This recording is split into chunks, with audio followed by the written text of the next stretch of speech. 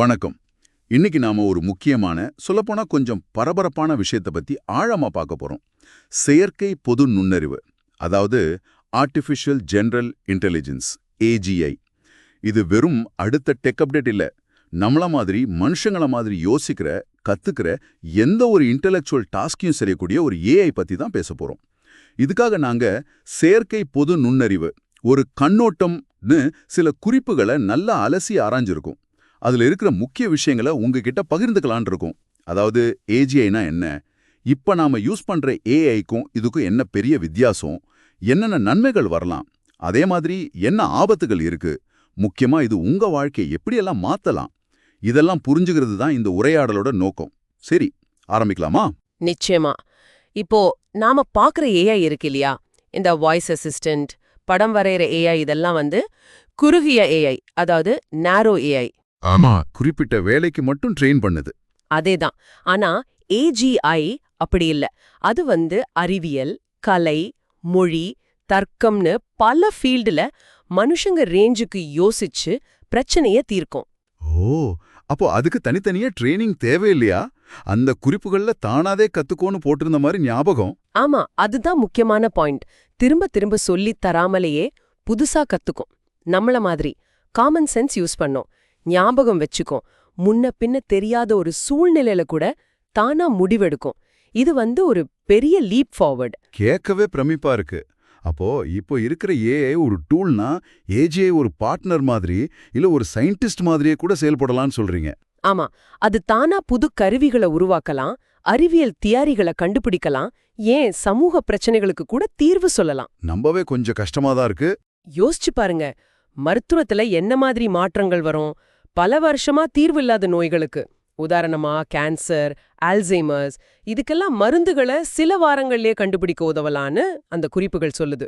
அப்படியா? ஆமா, ஒவ்வொருத்தரோட உடல்நிலைக்கு ஏத்த மாதிரி பர்சனலைஸ் ட்ரீட்மெண்ட் சாத்தியமாகலாம். அப்புறம் பிரபஞ்சத்தோட ரகசியங்கள் வேகமா புரிய வரலாம். கிளைமேட் சேஞ்சுக்கு புது தீர்வுகள், பொருளாதாரம் பயங்கரமா வளரலாம், கல்வி எல்லாருக்கும் பிடிச்ச மாதிரி அவங்க வேகத்துக்கு ஏத்த மாதிரி மாறலாம், ஏன் நம்ம யோசிக்க முடியாத கலை வடிவங்கள் கூட உருவாகலாம். வாவ், நன்மைகள் எல்லாம் கேட்கும்போது ரொம்ப பிரமாதமா இருக்கு. ஆனா அதே குறிப்புகள்ல சில பயங்களும் சொல்லியிருக்கு. குறிப்பா அந்த கண்ட்ரோல் ப்ராப்ளம். ஆமா, அது ரொம்ப முக்கியமான கேள்வி. நாம உருவாக்குற அந்த சூப்பர் இன்டெலிஜென்ஸ் நம்மளோட, மனுஷங்களோட நோக்கங்களோட, நல்ல விஷயங்களோட ஒத்து போகுமா, இல்ல நம்ம கட்டுப்பாட்டை மீறி போயிடுமா?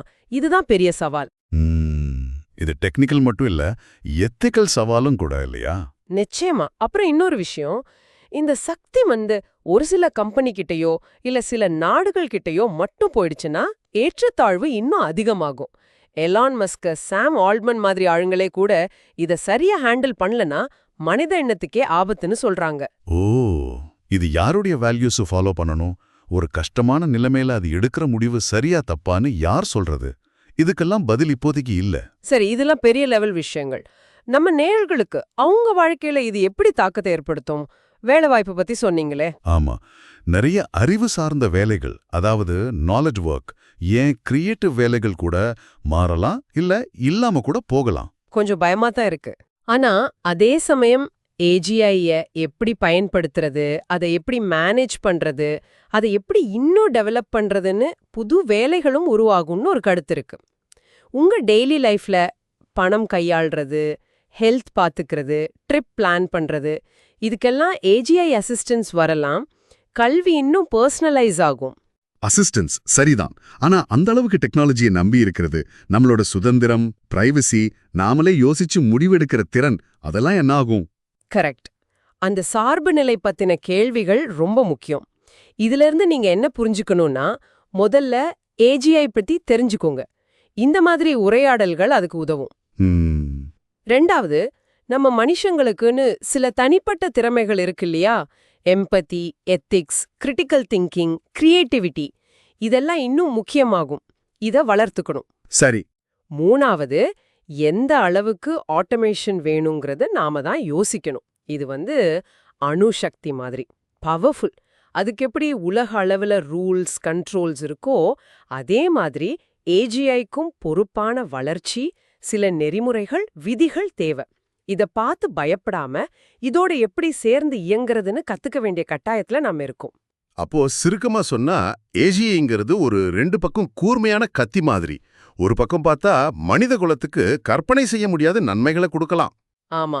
இன்னொரு பக்கம் கட்டுப்பாடு, வேலை, சமூகம், ஏன் நம்ம இருப்புக்கே கூட பெரிய சவால்கள, ஆபத்துகள கொண்டு வரலாம்.